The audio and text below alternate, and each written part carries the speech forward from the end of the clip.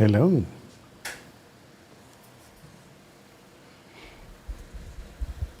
Hello, everybody.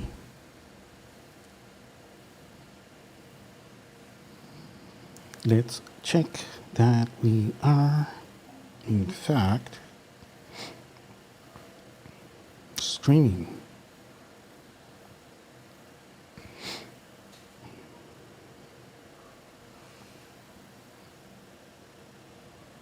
All right. Seems.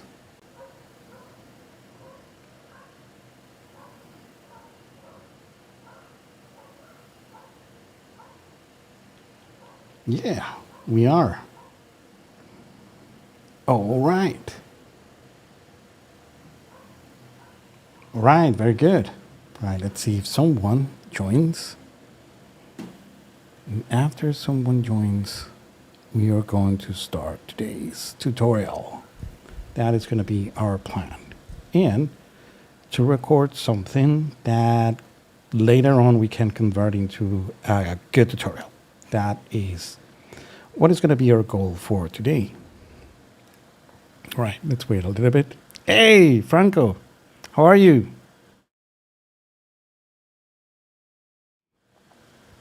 All right, look what I got here. This place is simply amazing. I'm loving this thing. Like every step, let me just show you something cool. Why not, right? Let me go to Gas. Gas is the actual game animation sample that I set it into a neatly tidy file folder. And now we can go here to blueprints and we can drop one of these dudes like that. And let me just check if my world settings are okay. It is. So that means that I can actually play. Ain't that right?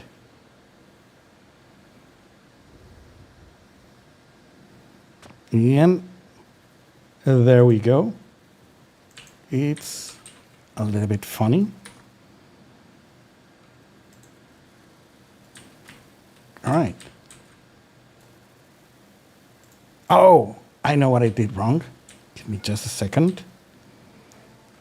I need to actually type here pawn, pound, and set these to be player 0. Now, this should work. And boom. That's it. All right, let me. Beautiful.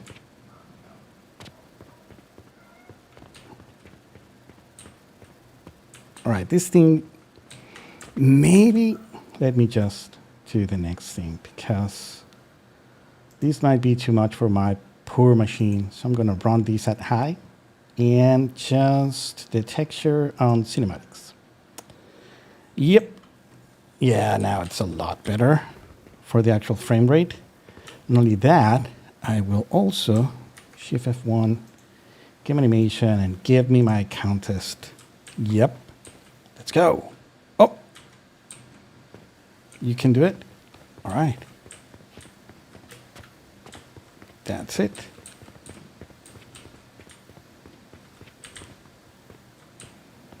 Look at that. And we should also do something. Shift F1.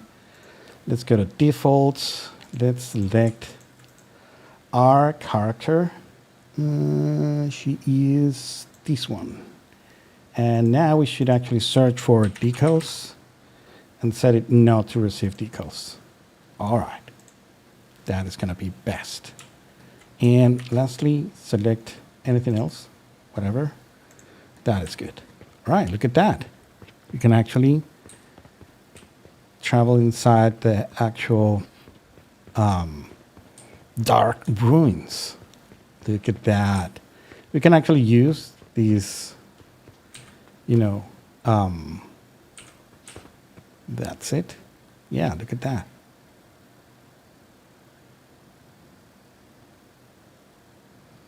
Beautiful lighting. Look at that. All right.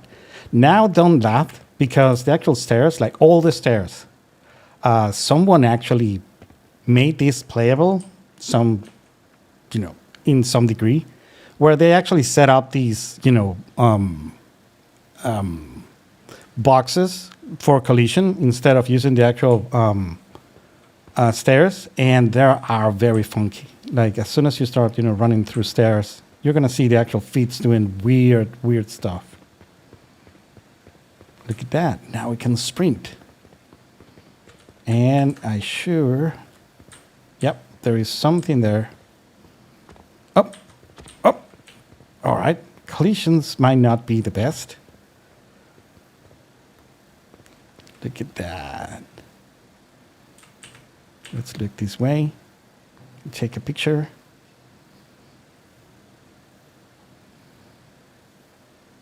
All right, I can actually see the mega lights, noise on the character. That is never a good thing. Look at this. Her eyes are a bit weird. Somehow. All right.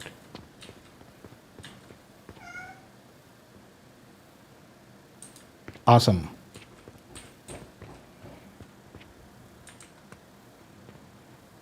Yeah. You just need to actually drop like a character that you can drive. In this case, I actually used the game animation sample. Let me set this up with this dude. Yep. There it is.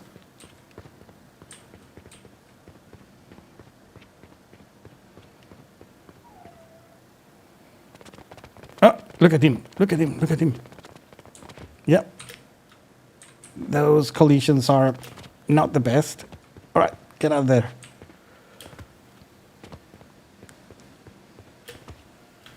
All right, we made it to the end. Here we are. All right, let's commence the mass. Beautiful. All right, that was one of the things that I wanted to show. All right, the other thing that I wanted to show today is talking a little bit about Unreal Engine 5.5, because it has brought a couple of new things, and I think most of them are very cool. Like, for example, it's very amazing that right here we are running 40 FPS, right? And just take a look at this. If you go to your project settings and you search for Mega Lights and you turn this off, it's like, now I have 23. I have double my FPS just because of Mega Lights. And the thing is crazy. Like, if you actually see the amount of sources of lights are like incredible. Like, this thing has thousands upon thousands of lights bedding. Like, in every corner, there are a bunch of lights, put together. The actual art direction of this thing is amazing. But it's, out of this world. Running this thing at 38, on high, right? And that is not a bad thing. Like, actually, Epic recommends that if you're aiming for, 60 FPS, you should always aim at high. They are not even expecting your machine to be able to run anything from Unreal, or at least something that looks, pretty amazing. Higher, than 60 FPS with a higher scalability setting than high, right? And we could actually set everything at cinematics and just, the actual global illumination, you can drop it to Epic, and that is not going to be a big deal. I can still run this thing at 24, at least higher than 24. And again, I have a very, very, tamed down machine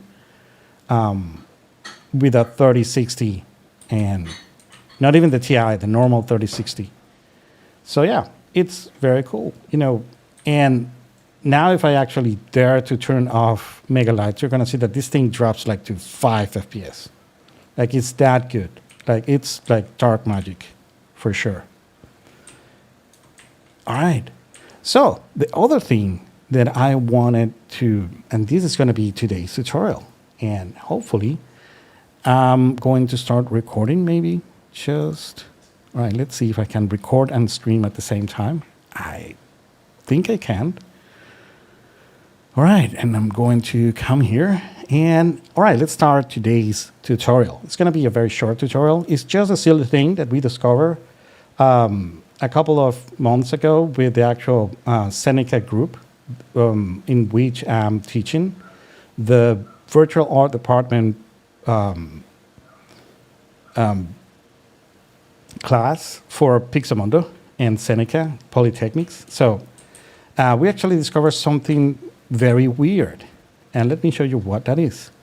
I know that you know that there are these beautiful color correction regions, right? And you can drop them and you're gonna love them because they are pretty amazing. Like you can actually set up, like you see this amount of lights, I wouldn't even dare going, even if each and every one of these point lights are not casting shadows, I wouldn't dare, even with mega lights, right? Just because you don't need that, really. All that you need is one of these things, because now you can go to the details and you can open up your color grading. And this is also a very nice thing that 5.5 came with.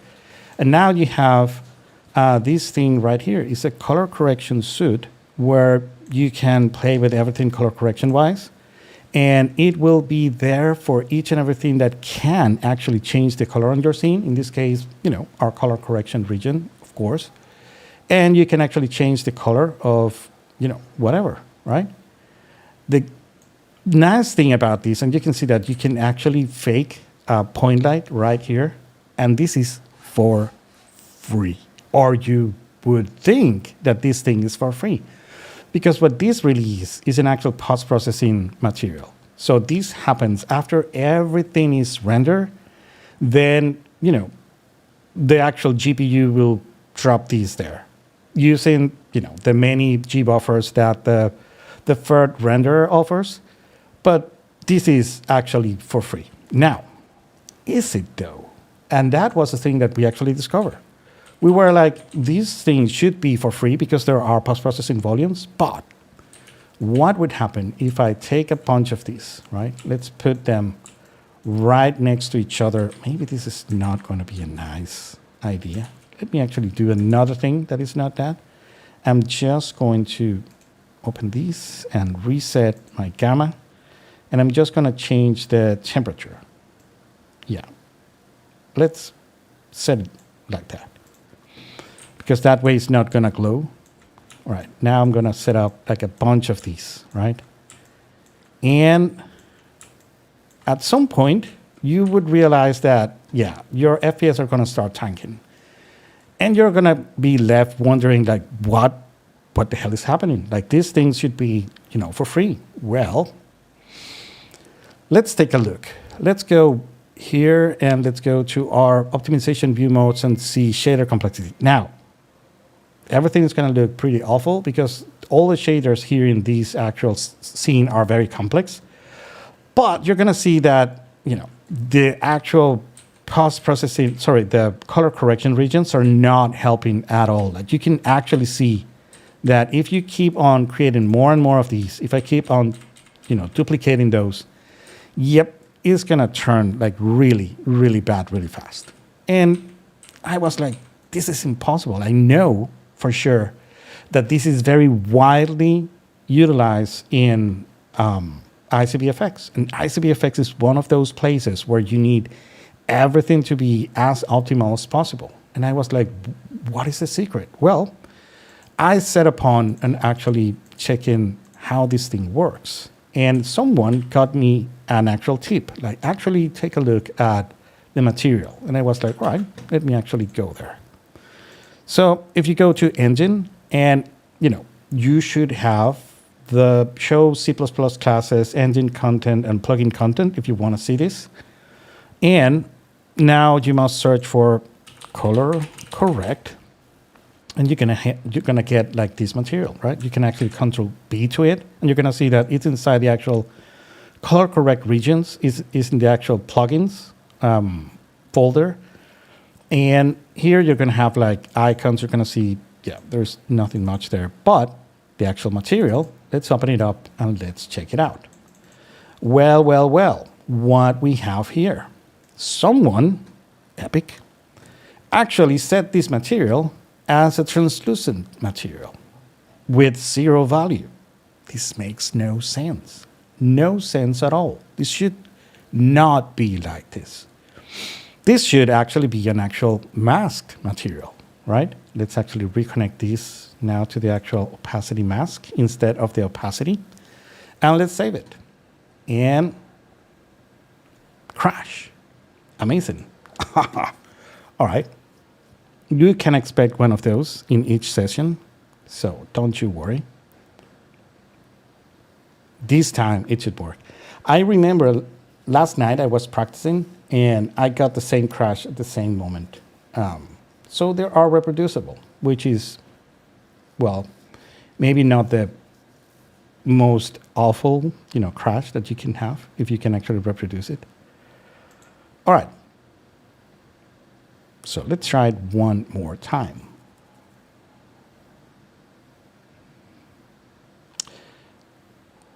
Maybe it was because I have the actual view mode on. Maybe that was the thing. Let me try it one more time.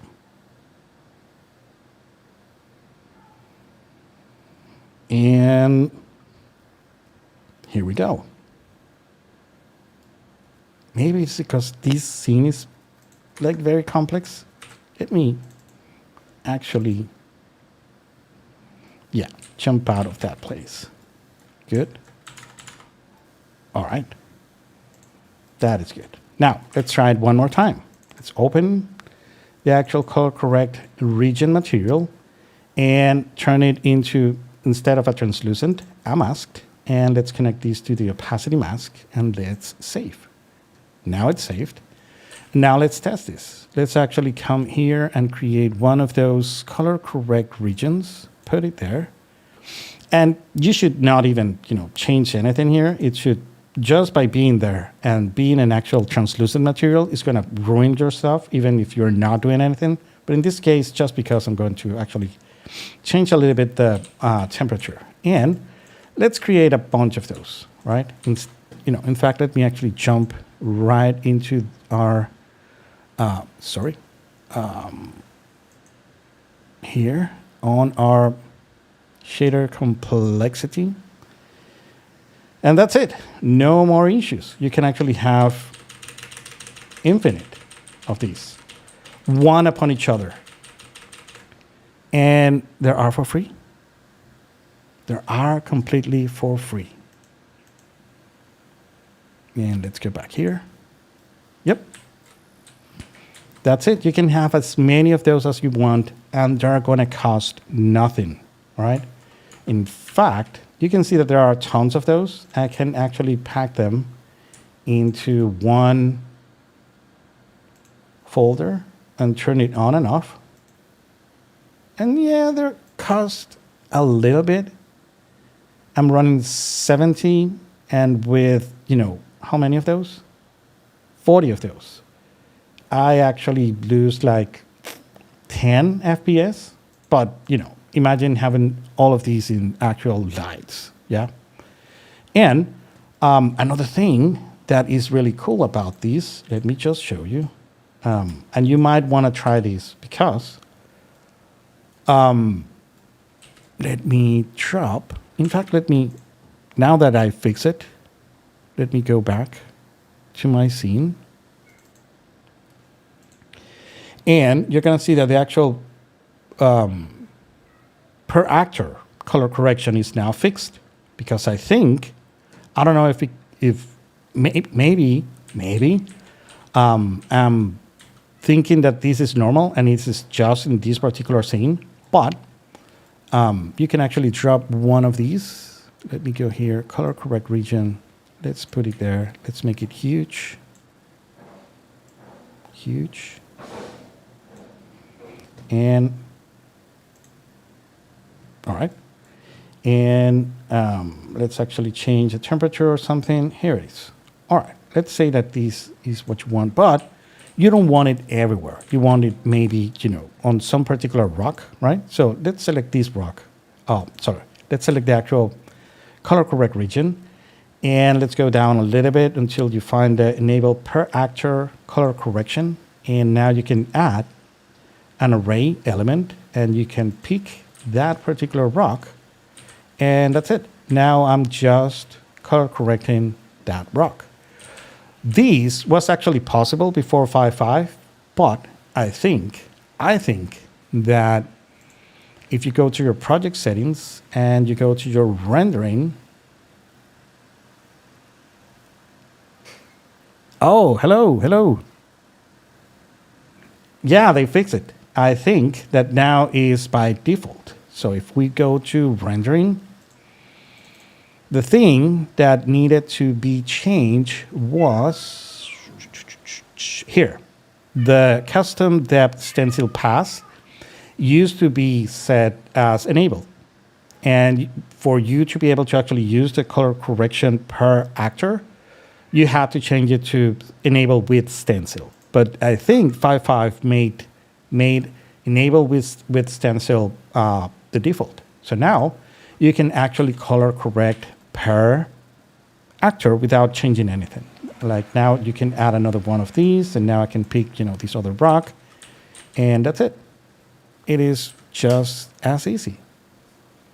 And I love it. I really, really like it.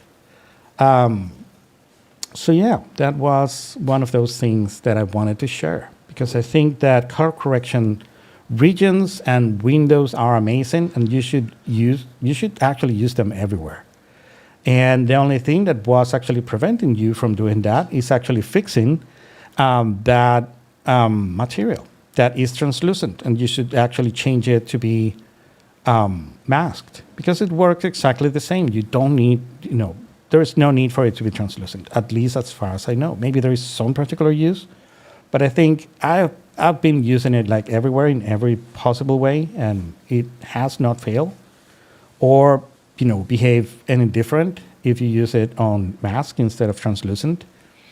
And now that these per actor are fixed, you don't need to do nothing, right, to actually make it work. It's like the perfect way to actually use them, and it's amazing.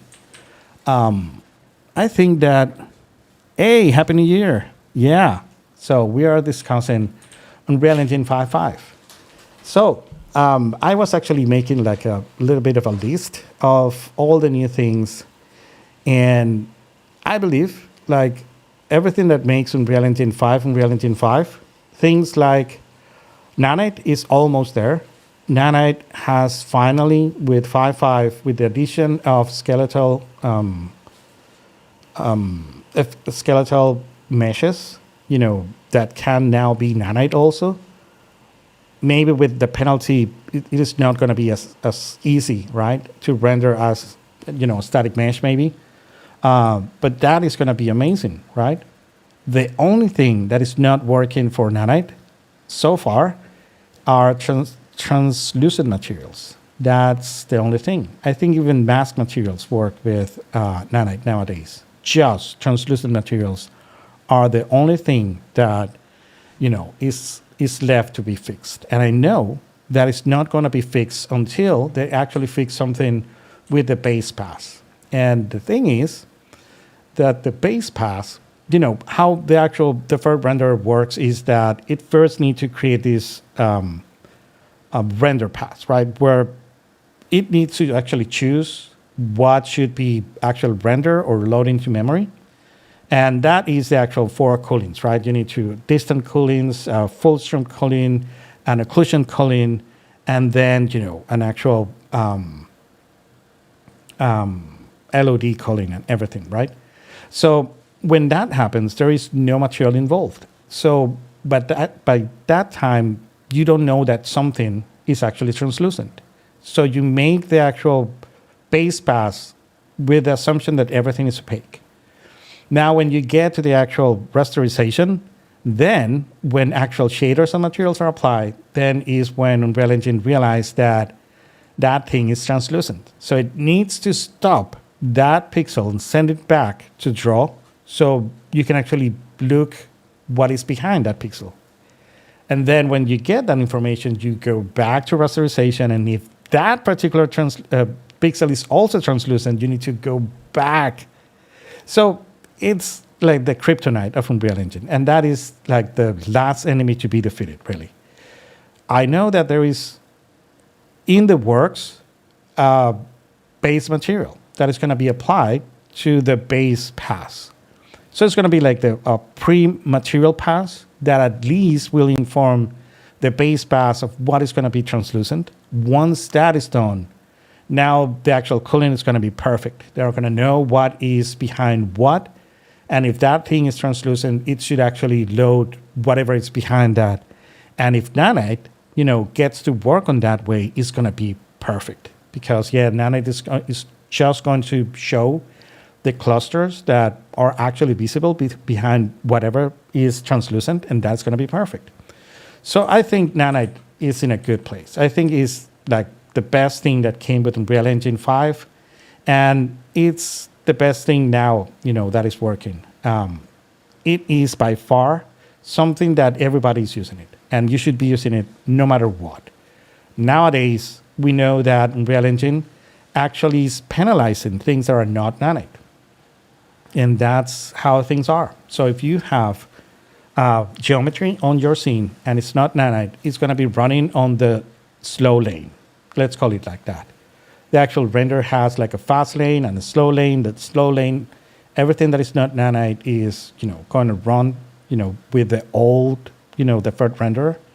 And everything that is Nanite, it has the new accelerated paths and stuff like that, where everything is going to render much, much faster. So you should be converting everything that you can to actual nanites.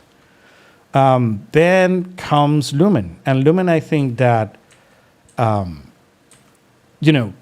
good or worst, it's here to stay. It has, bump out ray tracing out of the way. And the only thing that remains to be ray traced is actual shadows. Yeah, the ray trace shadows are still in Unreal Engine 5.5. They are still not being call deprecated, but with the arrival of Megalights, I know that there is no need for them anymore. Granted, Megalights has still issues, and there are the same issues like everywhere. I don't know if there are going to remain at some point. Like you can actually see on the corner how, on the side, when you actually turn, you can actually see a little bit of noise.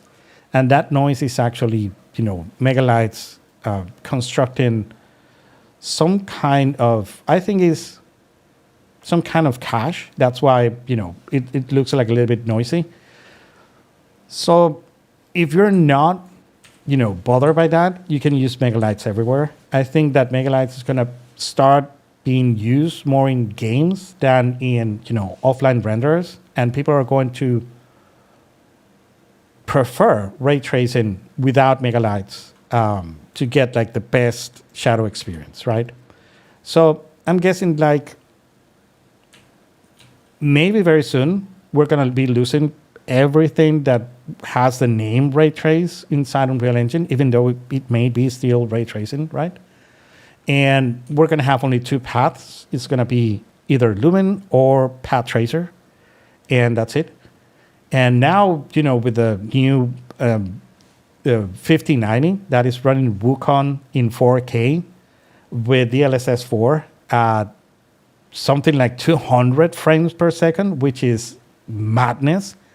I'm guessing like ray trace might be a viable way of real-time rendering inside Unreal Engine, depending on the actual hardware. And that is going to be amazing to actually see. Have you found issues, yes, yet with megalights? Yeah, for sure. Let me try to actually create those actual issues. Should I save these? No. Let me show you. So let me create an actual cube, make it wide and tall, and do this. And so Megalight is already on, and I don't know if you can see it. Like, look at this side, like right here. When you start looking at it, don't you see an actual banding coming over? That is Megalight actually creating that issue. I can actually, shut off. Megalights you can actually turn off by command line. So you know, Megalight's allowed. Right now it should be 1. It is. So I can actually run Megalight's allowed 0. Now Megalight is off. And it's still doing it. Maybe I should actually go there, not be lazy. And oh, you know what? That may be because of this particular directional light. So, Megalights does not work with directional light steels. It needs to work with any other light.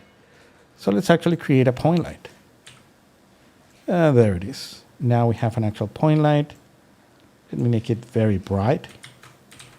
And now we should be able to somewhere.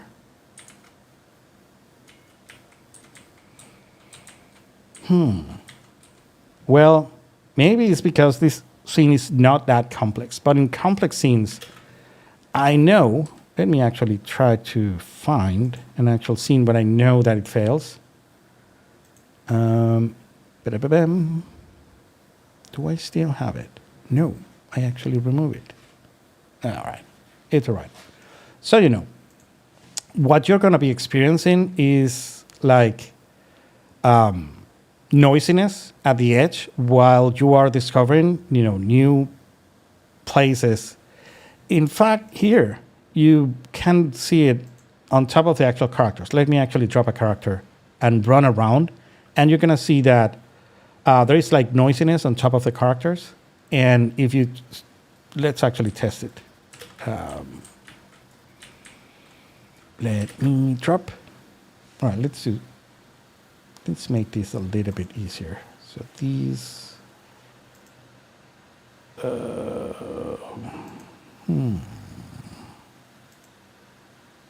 none, and now GM sandbox. Oh, I changed this. It's all right.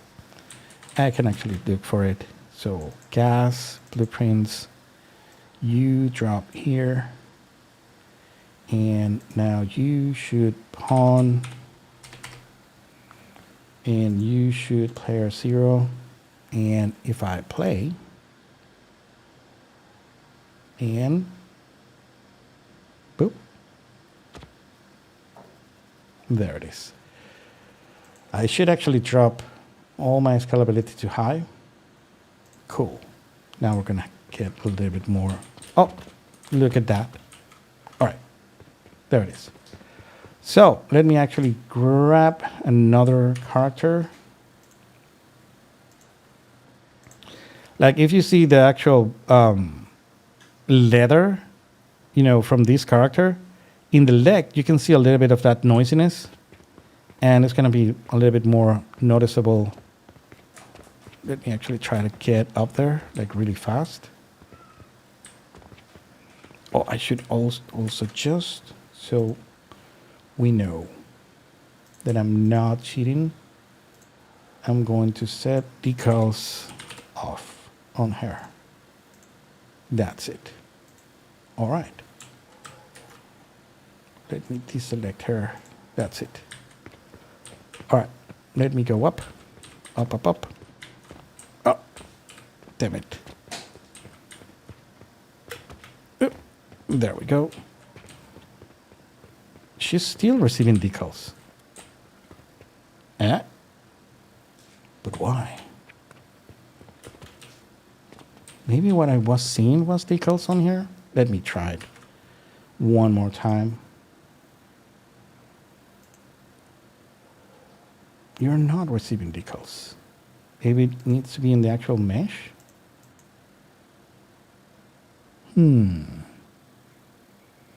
What is going on?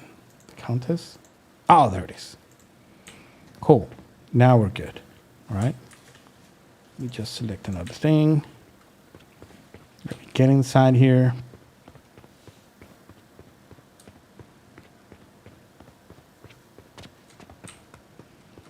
Like around here. Maybe a little bit further with more lights.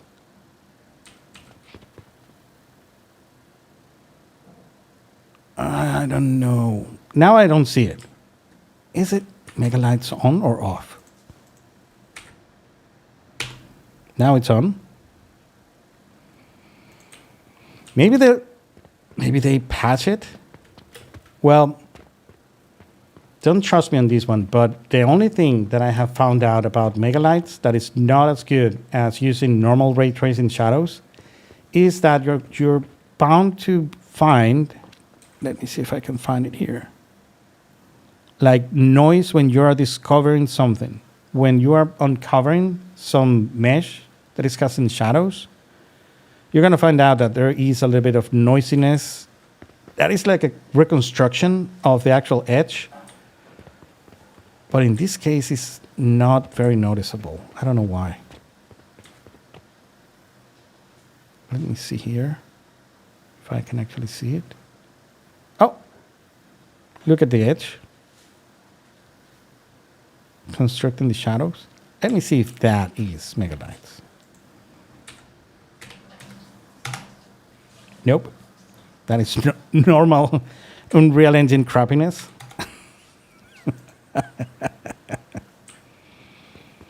All right, so I don't know. It's working better than ever. So I would say that that is what you should be actually experiencing, like, you know, a little bit of noise. That's the only thing that I have found out that is not as good as normal ray trace shadows. But for the rest, it's like the magic bullet. It's like doubling your FPS.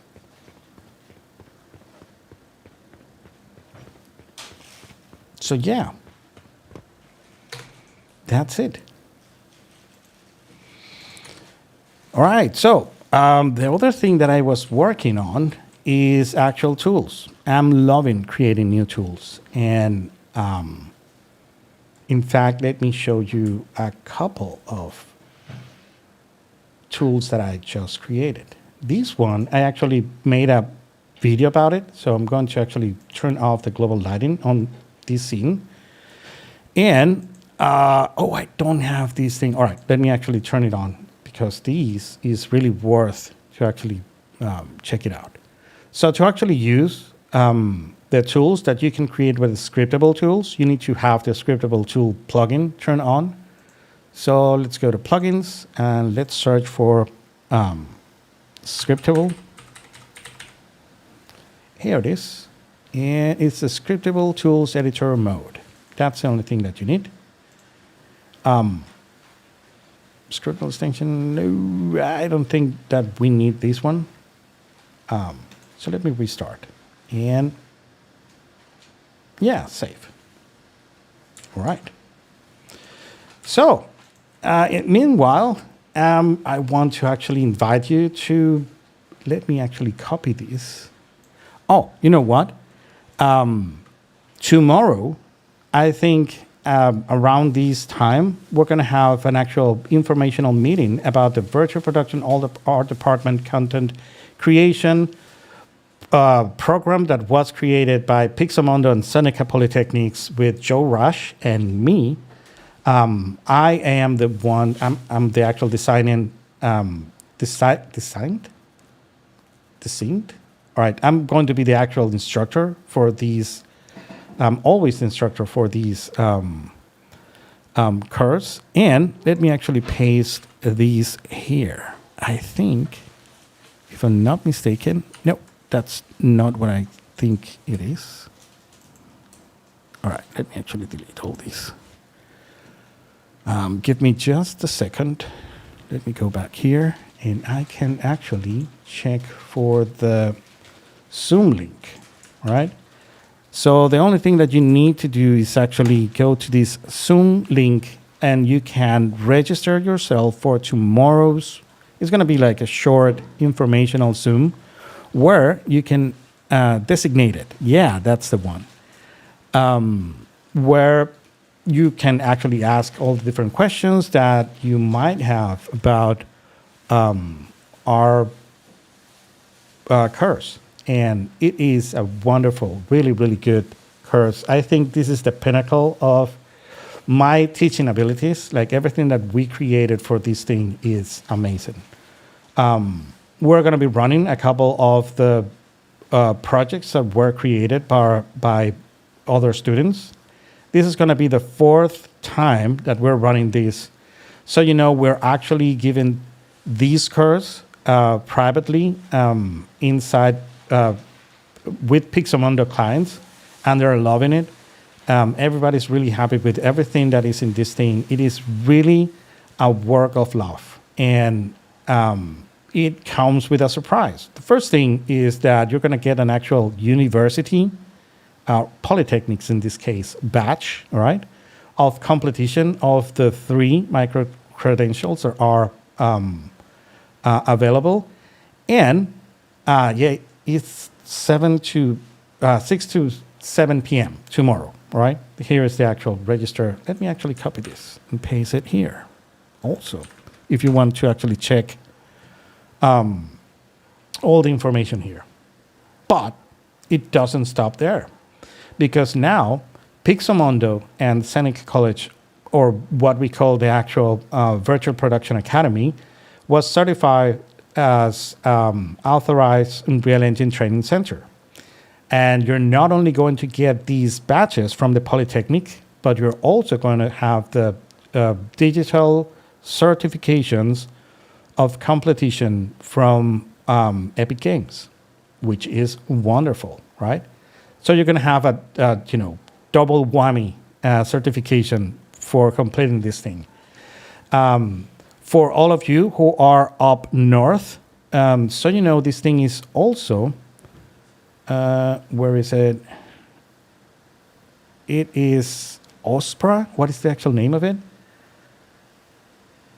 Now I can't find it. All right, tomorrow you can actually ask, but these, for Canadians, you can actually get like a rebate on the cost, with the Canadian government. They will help you on actually paying for the stuff, which is great. And it's 12-week if you actually take the whole 3 micro-credentials. When it says here 100 hours, this is 100 hours of just instruction. It doesn't count all the office hours and the actual project revisions and everything that we actually do separate from actual lectures. All right, so let me see if Unreal Engine is back, and it is. All right, so let's actually check these out. Scriptable tools, this is what you're going to be expecting to see. And these are just a couple of different tools that I've created, in the past. Let me show you what you can do with those. So I can actually turn off the global lighting here. I'm going to create a new folder. I'm going to call it, new lighting. That's it. I'm going to make it. I'm going to right-click on it, and I'm going to make it current. So that means that everything new that you create from now on, if you drag and drop it or you create something in your scene, it's going to be landing inside this folder here. And I actually have a one-button solution to get lighting in your scene with everything that you might want to create for an environmental lighting. And that means it creates on its own a directional light, exponential height fog, post-processing volume in manual mode, all right? And unbounded, with megalights and everything, turned on. Where is the unbounded? Here it is. All right, everything just checked for you to actually use. The sky atmosphere, skylight, and volumetric clouds. Now I think that the volumetric clouds, I need to fix something. Right, we're going to be talking about these volumetric clouds really soon. But yeah, this is, amazing. And you can actually check out, I actually have them stored in the engine folder. So, you should not do that. But I actually do. If you go to engine, in our tools, I just choose this one to actually, put this here. And here it is. If you want to check out how this looks, it's just this. Yep. Just, it's kind of like a macro where, this function here creates, spawn the actual post-processing volume, and then you set it to be infinite, and then you set, different post-processing settings, and you have all the post-processing settings on this side, so you can add them on your own. So this thing will turn on megalights. It will make sure that you're using lumen as the default global illumination and reflections, right? The intensity, I think this is the intensity of the what? Bloom, yeah. This is because I actually use convolution for the actual bloom because it looks wonderful. All the blooming with the little stars, with the blades of your camera, of the diaphragm of your camera. So yeah, it is like very, very, very useful. Now, so now that we have mega lights, I thought like, all right, now we can actually set up, many lights as we wish, right? So I'm going to turn this off and turn on the normal lighting for this scene. So let's create lights. Why not, right? Let's actually come here where there are tons of lights, just like here. All right. So I actually create one for creating point lights. So if you click here, now it seems like nothing happens, right? But you have these create point lights here and complete. Every time you click, you're going to be creating one new point light. And am I right? Yeah. So, all right, I'm not trusting this. Let me actually undo. Because this thing actually needs, it's actually firing a ray. It needs something to collide with. So let me try it here. Oh, yeah. So if it doesn't have a collider, it will not collide. So now, yeah, we have mega lights. Why not create thousands of lights? And I can keep on clicking and creating more lights. Once I'm done, I hit complete, and that's it. You can create, I actually set this up to create spotlights, point lights, reg lights. So for example, if you need to create a reg light somewhere around here, you simply click there, and there is your reg light. And then you hit complete, and you can move it around and make it work, right? Set up the actual intensity of it. Somehow it's not, all right, it's pointing the other way. Because I actually set it up to be like ceiling lights, like you are going to be looking up like this.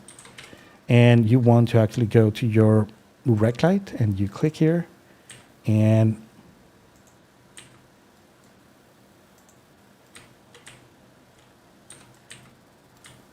yeah, it needs the actual collision for it to work. But it is good. It is really good to have this kind of, easy to create. Let me show you how, you can create a spotlight with the scriptable tools. It is just this. So this is the only complex part, and that is me, you have like different events with these scriptable tools, and one of those is actually drag, so click and drag. And once you click, you can actually define like a trace line from the actual camera or the viewport and where you click, so it will know that it is hitting something. And that way, it will know where to actually spawn the actor. And that is the actual location and rotation that the actor gets.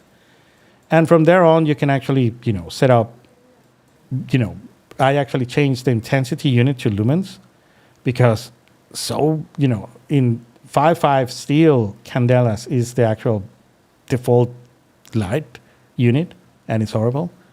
So these will actually change it, and it will set the actual intensity. As you can see, there are being set up for manual mode, like 20,000, lumens on it. and check the actual mobility to be movable so Lumen can make the best out of it. And yeah, that's it. It is like really easy to create this kind of things. And I'm going to be actually setting this up on my ArtStation page for you to actually go there and download them. And I'm going to be setting up that linked on, the actual once we finish today's transmission. And I think we're nearly there because, we actually check up everything that we were going to check up. So we didn't talk about temporal super resolution and shadow maps, virtual shadow maps, because really those are not, the best thing that Unreal Engine 5 had to offer, at least not in what we're used to. And when I say that, I said that from the point of view of creating cinematics or, actual shorts, movies, and ICVFX and all that. Like, if you are in this side of the Unreal Engine world, those things are not ready. Temporal super resolution, it is simply too noisy. Even with, at least for now, it may get better, real soon. But that's the kind of thing that you might want to turn off every time you hit render. You want to actually use the multi-sampling of the spatial and temporal samplings, and not use anything that derives from the real-time anti-aliasing effects, because those are post-processing effects, and they tend to create like issues, right? So normally we don't use them. And the actual virtual shadow maps, you can use them for, we are stuck with those until megalights start working for directional lights. If you have a directional light on your scene, you might want to actually cast virtual shadow maps. They are the best. They're going to be like really, and if, you're using nanite and you're using, temporal super resolution to boot, then, it's going to run fine, right? It's going to be fast enough and everything is going to look great. But if you have like an interior and you're using like rec lights and you want all those shadows to look like amazing, you are bound to actually use something like ray trace shadows. And because now to boot you have megalights, why not, right? So I'm guessing that this is where the water parts. And you can have like an Unreal Engine that works for games and real-time applications. And you can have an Unreal Engine that will run more professional stuff, well, at least in the industry, right? With post renders that actually make use of those things. So we're going to still have like fast renders with those, because ray trace shadows are not that awful. Now with megalights, they're going to be perfect. So for ICVFX, I kind of want to see like the first production that is going to be using megalights in an actual LED volume, and that might be very soon, because I have not found plenty issues with it. But the only thing that might simply not work is the actual temporal super resolution, and that is simply because it leads to too much like trails and echoes and stuff like that and fringing, and I think it needs to get a little bit better.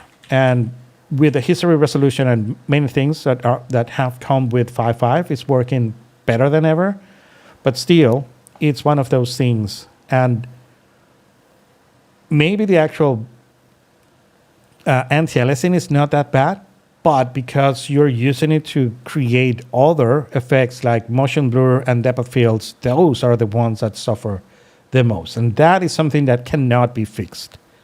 To tell the truth, that is how the actual deferred render works.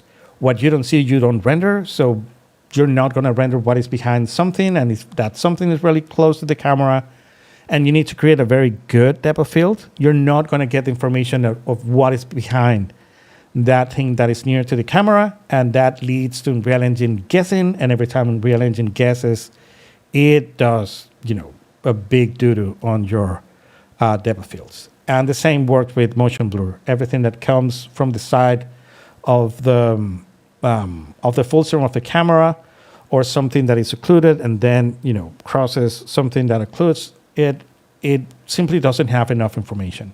At least not in the way where temporal super sampling can actually perform when you offline render, right? And that's it. I believe that Nanite and Lumen are the best, and they are here to stay. And I believe that temporal super resolution and shadow maps might get relegated only for games, directional lights, and stuff like that. And who knows? Maybe very soon we're gonna start seeing Unreal Engine being run with Path Tracer in real time, and that is gonna be a thing, right? If I had enough money to actually, like $2,000 is what is of 5090 is gonna cost. But I think if ray trace real time is gonna be possible, it's gonna be with that, and with a lot of electricity and a lot of heat. But yeah, that's it. So that is the end of our streaming today. I want to thank you all for coming and to staying with me until the end. And yeah, same as ever. Be good to everybody. And I love you all. And I will see you on the next one. Bye-bye, everybody.